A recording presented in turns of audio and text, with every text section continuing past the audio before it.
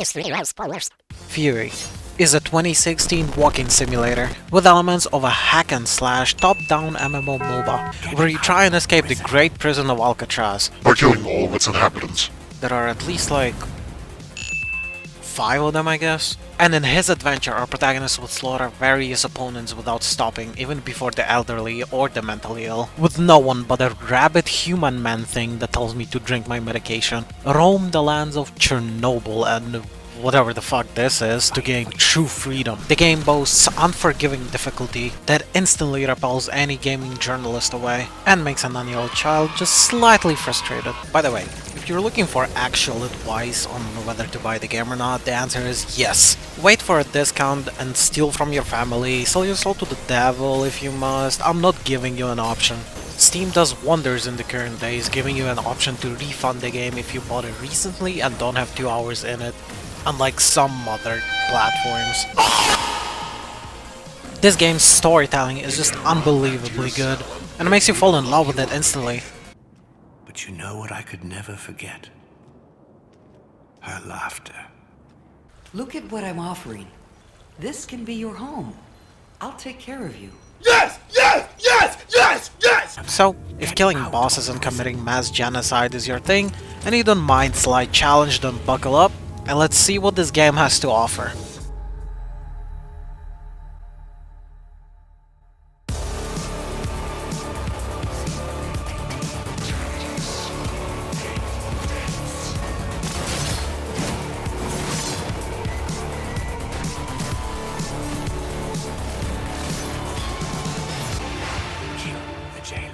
Okay, first things first, you boot up the game. Wow, it's just like real life, man. What the? The graphics in this game ain't exactly what you'd call top of the game, cream of the crop. Here's the specifics.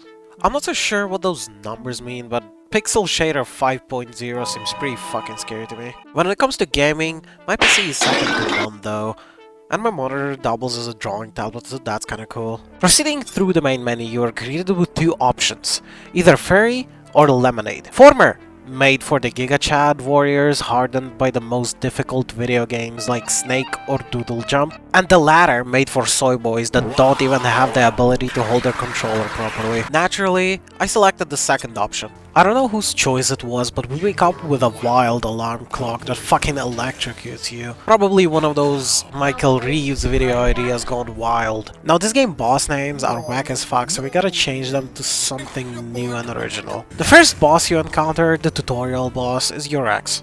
Your ex is a tough motherfucker, not just being two-faced, but three-faced, cheating on you with 2 different people at once.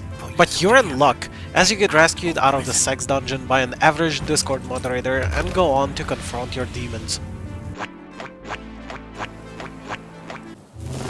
Every step you've taken from that cell, I'll make you regret. I only poo-poo farted for the good of humanity.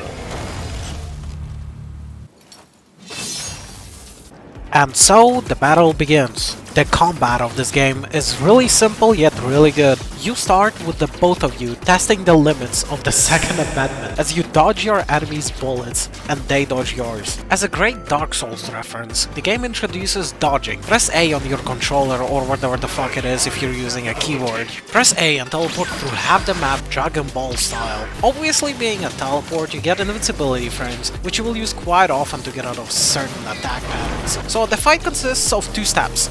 Step 1, you shoot them to death. Step 2 is... Oh. Well, at least it's not raining.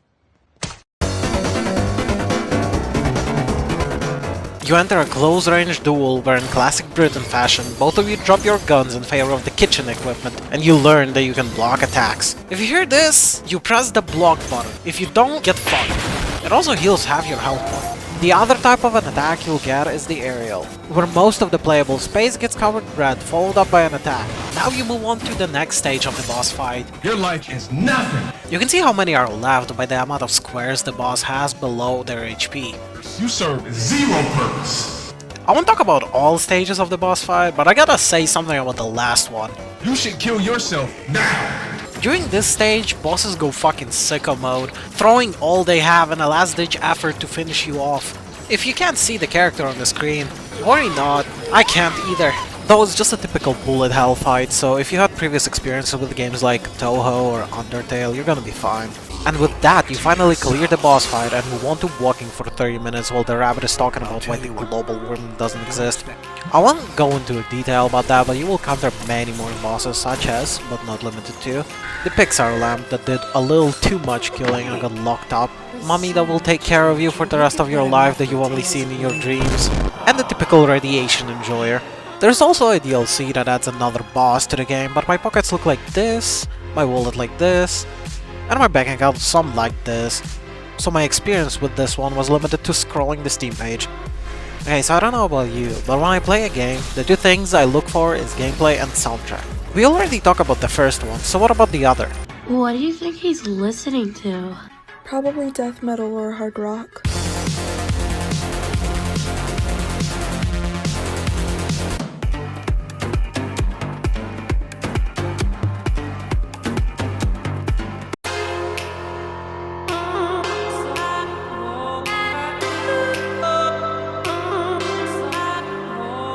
The whole reason I decided to replay this game, and therefore make a review while I'm at it, is because its OST works better than any Viagra pill for me. Oh yeah, also, after you beat the game once, you unlock a new game mode, Furi, which sends you to the casting couch for all the bosses to fuck you. The difficulty rises up, making the challenging boss fights even more of a pain in the ass. If you enjoy CBT, or do you really hate yourself on that day, this is your pick. In summary, I think Furi is great and you should give it a chance. It saved me when I needed it the most, and made me rethink my hentai addiction for about a week before I eventually beat the game. Game got boss fights that make my sack tingle like no other. I won't say it's perfect, some moves bosses have are exact same, but I let it slide in the end because it was an enjoyable experience overall. Can't even tell you how long the game is on average, when people on the internet say the game is 4 hours long and I spent 4 hours trying to beat the tutorial boss. As for lore, it's something I try to avoid religiously in the process of creating this video, because I think that half of my enjoyment came from waiting to see the next boss, and trying to figure out what the fuck you were doing at the BDSM hub in the beginning, and that's about it for me. Thank you for watching up until this point. Like, sub, and comment so I get promoted into other people's algorithm and consume their watch time. And I'll see you in like 3 years with my next upload.